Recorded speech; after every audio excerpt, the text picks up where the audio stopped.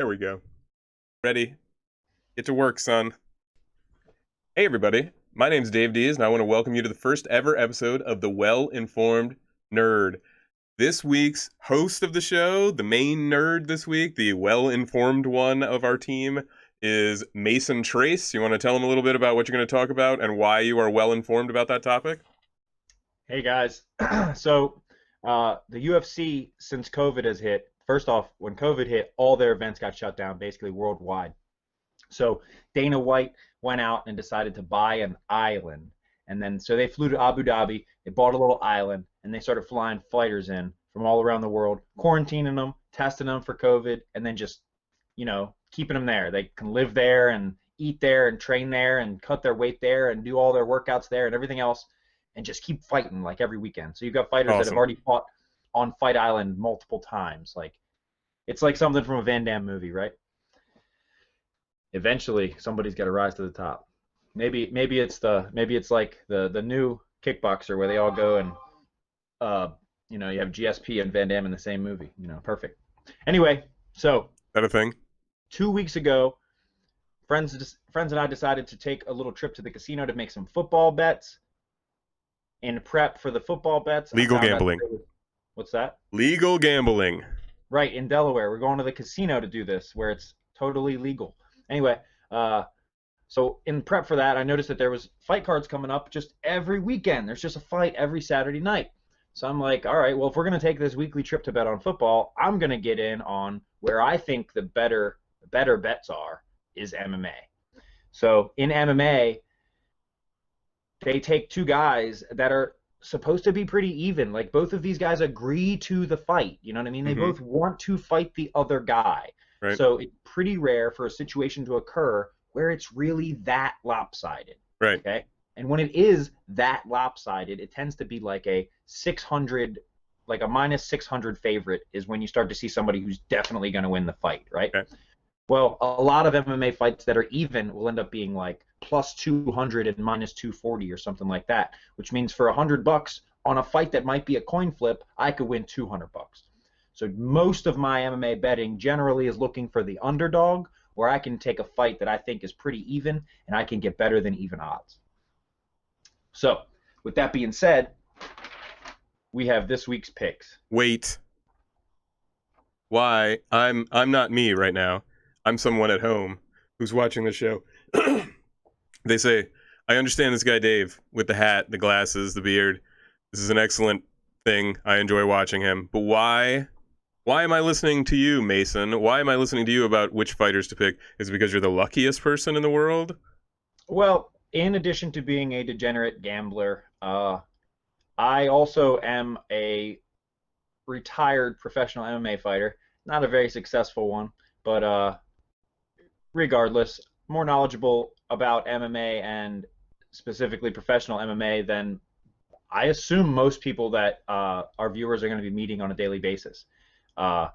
Except when I share it to my Facebook friends list, I'm sure it's going to get, a bunch of fighters that see it who might know as much as me. Even those fighters, I assume, have not researched into these UFC fights as much as I have, because even me, I wouldn't unless I was doing this podcast. I was even making bets. My picks for this week were different before I knew that I was going to be sharing them publicly, and I really looked into all the fighters, and I feel a lot more confident about my picks. But that's the thing, is a lot of these fights are really close, so you're not that wrong being on the other side. Like if I'm watching an MMA fight and I have an underdog that's plus 220 and my other option was minus 260 and they go to a decision and it was close, like then I made the right bet with the underdog whether I won or lost. I feel like as long as I can consistently make that underdog bet, I'll eventually come out the winner. That's some true gambler talk there, reminding me of poker and different things that I did in the past, where you're talking about being a winner even though you're losing a bet. I understand what you're saying, that in the long run, if you made the same bet 100 times, that it would turn out in the way that you wanted to and you would wind up with a bunch more money. I understand what you're saying. I've had a gambling problem for a long time. Absolutely. But I'm just explaining to the people at home. If somebody approached me on the street and they were willing to flip a coin with me, and if it came up heads, they would pay me $220, and it came up tails, I would pay them $100. I would continue to take the bet no matter how many times I seemingly failed at it. I might change the coin for Right. something, like if they have a trick coin maybe, but other than that, I'm going to take that bet all day, regardless of past outcomes, because I know that it's a winning bet. What'd you say you were getting? You're betting 100 against their what? 220? 220? I think I could make it 235. I could convince them to get up to 235. There you go. Yeah. But now, I would take the bet all day long at 10 to 11. You know what I mean? If I bet 10 and you bet 11, I'll flip coins with you until we die. Well, there's one that is statistically slightly more favored than the other one. Okay, you can have whichever one that is for $11. No, thank you. But I'm just Okay. saying, an even money one is even in your favor. You can figure I out. think it also depends on the coin because each coin is going to have a slight weight difference, right? A quarter Yeah, might be head weighted and a penny might be tails weighted. right. Like I had a quarter that had a piece of gum stuck to one side, and it was always, yeah. Not Well, I true. mean, plus when you put it on your hand or whatever, when you catch it, you can know and you could That's cheat. like, You're a cheater. Anyway, on this sheet I have my research and picks for this week. And I think we're going to play a little game with it, right? oh, We're going to yes. write this down, and I'm going to place essentially what we're going to call a $100 bet, 100 imaginary inside dollar bet on the odds that I list out for each of these fighters, except my pick of the week, on which I'm going to triple my bet. All right. So Always let's. tripled? Is it always tripled? Is that the rule? I thought it was Uh, that you could go from it was double jeopardy rules where you could bet as much as you wanted to up to 500. Is that so? That's I can quintuple bet up to jeopardy my rules. bankroll or 500, whichever is more. I like Right. that. You can go All full right. bankroll on a. I like this. But Yes. right now, my bankroll is 0. I'm betting hundreds on these fights, and the max I can do is 5 on my pick. I'm gonna go 3, Well, your bankroll is 1,300 then, right? something like that. 1, 2, 3, 4, 5, 6, 7, 8, 9, 10, 11, 12, 13. We have 13 fights, so that would make my bankroll 1,500. All right. Cool. So I'm starting at $1,500 in bets this week. And we're gonna That's keep only because track. you're forcing me to be able to take a couple of these, though. Yeah. And we're So gonna as we be able get to there, I'm keep going to tell you a track. couple of these fights I don't actually like the bet on at all. What? Sorry, I was making a note in my head. Um, so Yeah, we're go gonna ahead. keep track over the long run. You're gonna be able to keep track of how Albert's doing, or you're gonna be able to keep track of how Mason's doing, and you at home after a while, he's either going to earn the way where you watch the show every single time so that you can figure out how you're supposed to bet because it's just good money, or hit up the comments and make fun of him relentlessly if he ever makes any sort of mistake, or if you lose any money based off of what he says, then there's no reason why you shouldn't just mercilessly attack him for every episode in perpetuity forever. I can't wait to be flamed. Let's Yeah. go. All right, so the undercard. We start with the undercard. First fight of the night is Bruno Silva versus Tajir Vlambikov. I don't see this fight as being very interesting. I think Tajir handles it easily, probably by decision at minus 410. So he's a So huge overdog. yeah, he's a favorite by a lot, and I personally will not be betting this bet at a casino outside of any parlays. Like I'll put a $2 parlay with a bunch of fights to try and make some money, but I won't bet straight up. Usually on a huge favorite, it doesn't seem like a good investment to me. All right. But for purposes of the game, we're gonna have 100 at minus 410 on Tajir. Moving on, the next fight is Stephanie Egger versus Tracy Cortez. Stephanie Egger is a judo fighter. She actually has a judo victory over Ronda Rousey, but just that will explain to you how dated her judo career is. That's Ronda Rousey hasn't done judo in I don't know, like 11 or 12 years. So Okay. you have to know that that's a little bit of outdated knowledge, and that is her one dimension. She is a judo fighter. So if you watched Ronda Rousey fight and you were always expecting somebody to be able to not get thrown and not get their arm Yeah. broken, well, this is kind of a weaker version of her, and people have gotten better. I don't think she's going to be able to Ronda Rousey this girl, Tracy Cortez. I think Tracy's too well-rounded and aggressive. I think she's going to put the pressure on, and she might be able to finish it. It's hard. It's hard. And this is going to sound sexist, but it's hard in the women's division to get as many finishes as it is in the men's division, just based on sheer power. A woman is less likely to generate the kind of power it takes to knock someone out. Meanwhile, a woman can take the hit. Like they can take the same amount of force to be knocked out, but just they're not putting out the same amount of force. So a lot of times you'll see women's fights go to these wars where they punched each other in the face 200 times each without one that was strong enough to just end it. Right. I predict it's probably going to be a lot of punches going from Tracy Cortez to Stephanie Egger. Might finish it, might not, but that's the way it's going to go. That's a minus 185 on Tracy Cortez. Again, I'm not a huge fan of picking the favorites, but I'll probably throw that one into some parlays. Only every time. Only every single time do you pick the favorite. Did I pick a favorite? Yeah, only every I don't time. like it. On the next one, we have G. I'm going to stick with G. Okay. G. Chikadze versus Omar Morales. And Omar Morales is a minus 155 favorite. He's a 10-0 fighter, and he might be able to take the fight to the ground. Mm-hmm. If he can, he does have a potential successful game plan. But I see G successfully defending the takedowns, and he is the better striker.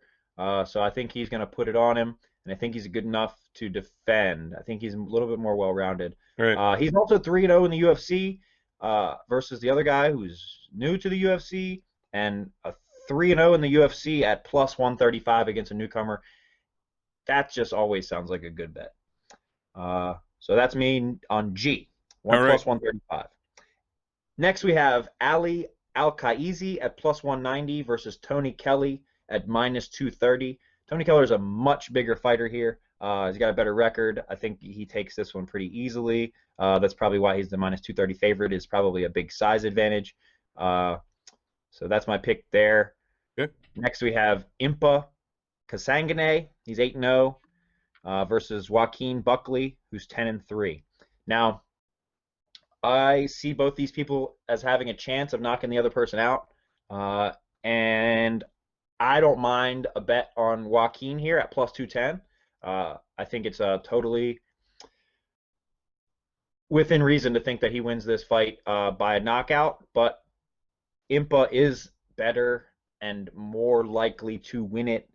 I don't think I'm going to bet this one at the casino, but for purposes of this game, I'm going to bet 100 at minus 250 on Impa.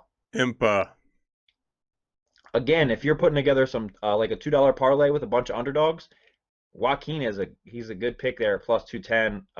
This fight's a little worse than a coin flip. It's like a 40-60, and that's like 40-60 is 1.5 to 1. So anything better than plus 150 is a decent bet. So up next is my actual pick of the night. So this one's going to be the plus 300 bet. Dun, dun, dun, dun. Yep, we have Chris Daukaus. I think is how you say it. Daukaus is how you say it. So it could be Daukaus. I think it's Daukaus. It sounds like Daukaus. Anyway, he's a plus 220 underdog against Rodrigo Nascimento, who just either won the Contender Series or did really well. He came to the UFC through Dana White's Contender Series, Okay. and Chris Daukaus came from CFFC. So CFFC is a tier 2 organization or tier 3 organization. So essentially if you have UFC, then you have Bellator, World Series of Fighting, Strikeforce, that would be like the tier 2 level. Okay. CFFC is right below that. It's a high level but local MMA thing. Right. It's actually around here. So we know, I know plenty of fighters who've made it up to the CFFC. And it's not a joke to be the CFFC champ, or to fight for the CFFC championship 3 times or whatever. I would never make a joke of something like that. Right. So Chris Daukaus' losses are there at the championship in the CFFC, and at plus 220, I'm going to take it. I'm going to take the chance to win 660. All right. So you're going for the triple. I'm going to triple it. Triple it on Chris D. Everybody, if you want Albert's lock of the week, triple your money on Chris That's D. my pick of the week. That's the moneymaker. All right. Okay, so Moneymaker, boy, that guy, that's a name just dripping with success, eh? I think he's still rich. I don't like the odds on that. Maybe you are. Chris, are you still rich? I'm sure you watch the show. You can comment below. I hope you are. All right. I hope that you are. I don't think you are. So next up, we have Tom Breeze at -260, he's 8-0, versus KB Billar at +220, who's 11-2. KB is the new prospect coming up. Tom Breeze probably wins, but I like the dog. Taking the dog at +220. Underdog. Lock it in. All right. I'm telling you, if I look at a fight and I don't know who's gonna win, I just want to take the dog. Just want to take the dog. All right, so moving on. Makes sense because of what you said earlier, which is that they're supposed to be evenly matched or fairly evenly matched. Everyone is taking the fight thinking that they're going to win. So it's not like the best team in the NFL versus the worst team in the NFL. So then when you're then getting your money multiplied or added to because you bet on a certain person, it makes sense unless there's a freak involved or an injury or something. I'm sure you'll tell us other things, but I'm just trying to simplify and pass it out to the people. Right. Unless there's something that really flashes out to you, hey, this guy's way better than this other guy. And then it's like, well, why would they even be fighting if he's that much better? Like, what's that other guy think? So are they like, I don't know. This next one is one of those. Probably this guy's going to get killed. Tom Aspinall is a heavyweight, a 265 heavyweight. So a full-size heavyweight fighter. Okay. Mm-hmm. Large man. Alan Baudot is a 205er. He fights at 205 regularly. What's the number for heavyweight? That's not heavyweight. No, what's the number for heavyweight? Yeah, so even what is the number for heavyweight? What is the max is 265. 265 is the max. Correct. Okay, and the other guy's a 205 natural fighting against a regular 265. So if now that's you don't know if Tom has to cut weight to make 265. Okay, that's really hard to tell with heavyweight. So he could be 305. I don't know. He probably doesn't cut weight to make 265. He's a big guy though. Right. Allen though might cut 20 to 30 pounds to make 205. So he might be a little fat for this fight at coming in at 225, but a 40-pound difference is enormous, especially when you're dealing with Tom Aspinall, who that guy has some scary, like he can knock you out. Like he's going to knock this guy out. Yeah. Now, if there is a chance of Alan Baudot winning, I think it's a quick knockout. I don't think he wins the war of attrition 3 rounds fighting with a guy 40 pounds heavier than him. So I think the bet on this fight is under 1.5 rounds. If you can find the odds on that, I don't have them in front of me. The casino is not going to take my bet in Delaware on the under. That's not an option. But I feel like that's a lock. But in Vegas and on the internet, they'll take anything. They will. So since you're making me pick for the game, I'm going to go -580 on Tom Aspinall. That's like 100 to win $15 or $16. All right. Go Tom. Yep. Next we have Youssef Zalal versus Ilia Topuria. Youssef is the more well-rounded fighter of the two. Ilya's a submission guy. Ilia took the fight on short notice. Oh boy. He's only known about this fight for 2 weeks, but he's an 8-0 guy. He's hungry. He's coming up. And he's a dog, so we're going to take him at +150. Not a huge dog. Not a huge one. Big enough for me. All right. All right. They don't have to be that big of dogs for you to be a fan of them, apparently, when it comes to dogs. I love me an underdog. I have a Chihuahua that I love very much in my life. That's a very small dog. I wouldn't bet on a Chihuahua in a fight, though. Against? A dog that just anything? He tries to kill stuff all the time, and he's horrible at it. He killed a baby bird one time. He seemed like he regretted it. That happened to me when I got my first BB gun. The first time I shot a living thing with it, I felt pretty bad about it. Yeah, people are all about hunting because of Joe Rogan, and I'm like, I would love to learn how to shoot a gun. Like, I'm going to get you to teach me about guns and stuff like that. And I would love to learn. I think I would really get into practicing because I like meditation and all that stuff. I can't see not, and a challenge. I can't see not liking archery. But I think I would just be out there with this big beard in a field dressed in camouflage, crying my eyes out if I killed something. Like, that's just how I feel about it. I don't think I would have anything to say about it. I mentioned that at school to a kid because I teach in a place where there's a lot of hunters. And one of the kids was like, "Mr. Dees, you just have to, the first time you kill one, you just have to breathe deep and swallow, and it makes it go away." He's like, "I almost cried, but I couldn't do it because my dad and my uncles and all that." And I'm just like, "Oh man, Uh, good for you, kid, making it through. You're tougher than me." All right, enough about murder. Just kidding. It's hunting. I don't care if you hunt. I don't care. Go ahead. Next we got Marcus Perez at plus 140. He's 1-2 in his last three fights.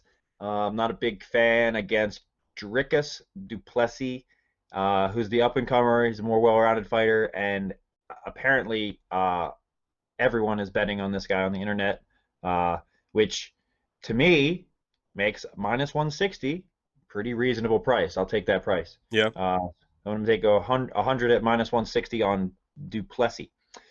So next, the first fighter on this card that anybody's heard of, Ben Rothwell, is going to fight against Marcin Tybura.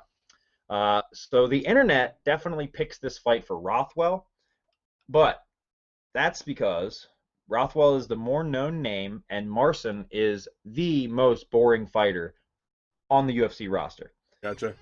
But What, that in what doesn't mean way? he can't win, and that doesn't mean he doesn't win. Like He's grab just him boring. and smush him on the ground and like just take forever, not really do too much that non-fighters can see, that type of boring.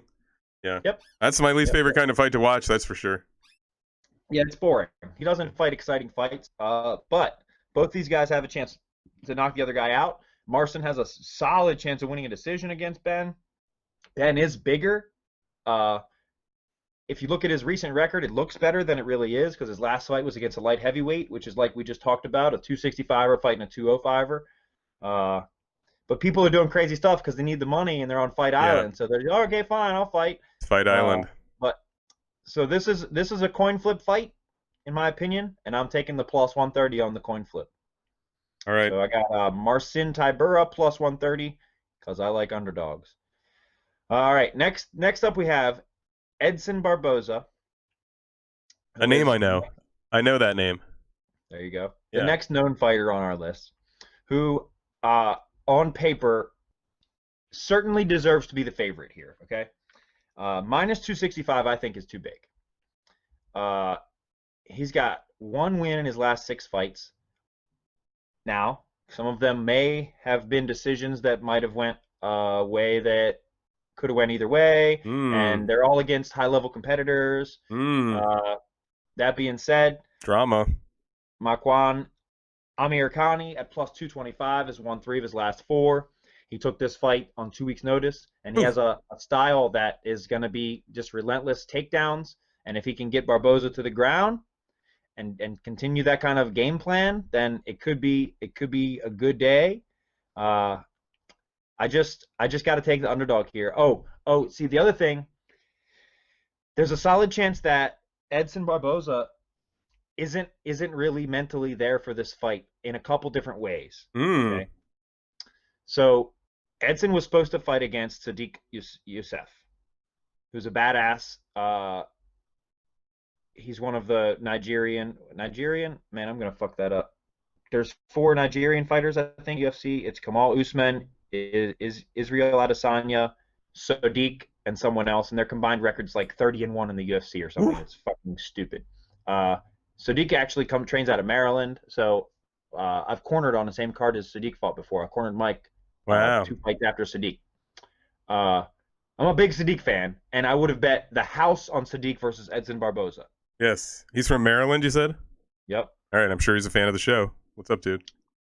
He withdrew for the fight due to undisclosed reasons. So Makwan took the fight on two weeks' notice to fill in. So if Makwan's taking this fight on 2 weeks' notice, he's ready. He wants this. He's big. He's chomping at the bit for this. Meanwhile, Edson Barboza went from fighting a contender, like fighting somebody that's an up-and-coming contender that like is a scary dude, to fighting somebody who's probably not as scary to him. So A, he might be disappointed and not take it as seriously. B, he might have already checked out from his fight camp because he was going to fight a really scary dude, and he's 1-5 in his last 6. He might be like, all right, well, once I lose to Sadiq, I can be in some locals. I can go back to CFFC and fight for their title because I might not be a UFC fighter anymore, you know? So there's a couple mental things that might come into play. All that makes me just push a little bit further towards that underdog. I'm going to take plus 225 on Makwan. And I'm going to pretend it's Sadiq because I definitely would have bet the house on Sadiq. You don't think that he maybe just took the fight because he needs money? I mean, it's totally possible. Every Right. one of these fighters could have just took the fight because they need the money. But I see the 2 weeks notice, and you were like, oh, he's chomping at the bit, ready to go rock and roll. I'm like, that maybe, but maybe also he's just like, I have a kid or something like that. In my I don't know. Does he have a kid? experience, a lot of fighters would probably take a call to the UFC on 2 weeks' notice, Mm-hmm. but I don't think most fighters would fight Edson Barboza on 2 weeks' notice if they weren't in fight shape. Okay. I guess, if I had to guess, Makwan is in great fight shape. Edson probably is too because he thought he was going to fight Sadiq. But he also, it could go the other way. He thought he was going to fight Sadiq, so he's like, well, Yeah. probably get knocked out in the first round, so I don't need weird cardio for this. Like, how out of shape do you get when you're not preparing for a fight? What percentage do you get down to? And from there, with 2 weeks notice, what percentage do you think that he gets up to? Obviously out of 100%. It's such a broad range. Okay. I can't tell you. Like, some fighters are way out of fight shape, and some fighters stay really close to fight shape all the time. Okay. So Makwan got robbed of a fight camp, but if Fight Island is a thing and he was thinking Fight Island might be a thing, like if he's on that radar, Yeah. he could have just been training, you know what I mean? Being I don't ready. know the whole story behind how he picked it up on 2 weeks' notice, and I didn't research to see if he had other fights planned. Like, he could have had another fight 8 Yeah. weeks from now, Okay. and he just started his camp. Right, Like, right. There's a lot of factors. If he was out of shape, 14 days is not even close to Yeah. enough. It's barely enough to probably get on weight. But I didn't see anything about that on the internet. Okay. I just feel like Edson's more like on the way out, Hmm. and this guy's on the way in. Maybe he's the one who wants the paycheck, eh? It could be. And then that brings us to our Sorry, last Edson. one. Last fight is Marlon Moraes, the main event, versus Corey Sandhagen. And Marlon Moraes opened up as the favorite on this fight and is no longer the favorite. So I also, initially, when I saw the card and looked at the fighters and their recent fights, picked Marlon because his last fight was against Cejudo and he lost. And I don't think that should really count against the guy because Cejudo's a beast. Okay. Right? Multiple-time Olympian, 2-division belt holder. You can Olympian lose to him and of- still be a really badass fighter. What's he Olympian of? What's that? What is he an Olympian of? Wrestling. Wrestling. Oof. So this guy's a monster. I don't think it really counts against you to lose to him. That being said, Corey has a lot of weapons in this fight that I think play into his advantage. He has a huge height and reach advantage. So not only does he have a 3-inch reach advantage, but he has a 5-inch height advantage. So his punch reaches straight out to his opponent's face. Yeah. While Marlon has to aim his punches up. So he has to reach up at the other guy's face. So if they each stood and threw one punch each for the whole fight, then Corey would just automatically win, right? Like the war of attrition goes to the person with the bigger reach. So that means that by math, if Marlon wants to win, he would have to have a higher output than Corey, which has two factors. Well, the main factor there is your cardio. So could he, for a 5-round fight, put out enough extra over how much Corey has to put out to win the fight? I don't think he is. Marlon can gas, and Corey's from Colorado.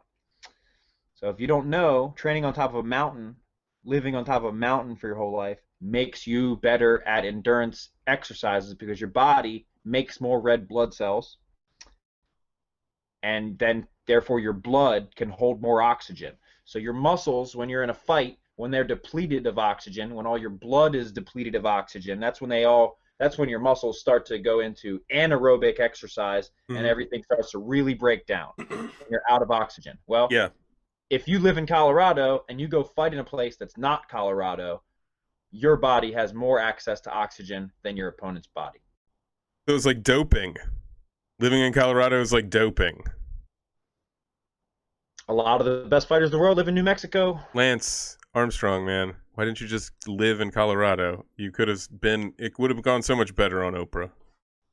I don't know how much truth there is to it, but people talked about BJ Penn doing a hyperbolic chamber uh, before his fights because that does the same thing. You know, if you lower the pressure in the air, then your body Yeah. has to get I mean, that guy better. seemed like his engine would never run even down at all. Yeah, crazy. Yeah, he's had a downturn now, but back in the day, he did have an endless gas tank. At least it Yeah, seemed like. I'm thinking of way back when I used to watch. Yeah, when he's quite the dude back then. All right, so here we go. Quick rundown at the end, and then we can even clip the clip out so that we can just do the quick rundown or whatever thumbnail video. This week, the picks are Tajir V at -410, Tracy Cortez at -185, G Chikadze at +135, Tony Kelly -230, Impa Kasangawe at -250. Pick of the week, Chris Dowcow at +220, KB Buller at +220. Big lock is -580 on Tom Aspinall, but the bet there is probably the under 1.5 He's rounds on gonna his knock him fight. out. Yep. Ilya Taporia +150. Dricus Duplessis at -160. Marcin Tybura at +130. Makwan Amirkhani at +225. And And in the main event, Corey Sandhagen at -140. And we'll see how my bets work out. yes, See if I have any money left next week. so we are going to keep track of it. Check back in with us next week. Make sure you like and subscribe on whatever thing that you're watching or listening to this on. And make sure that you come back and give Mason a super hard time if it messes up. And thank him for all your free money if you made some bets and it works out fantastic. Right? Yep. All right. See ya. Till then, stay well informed.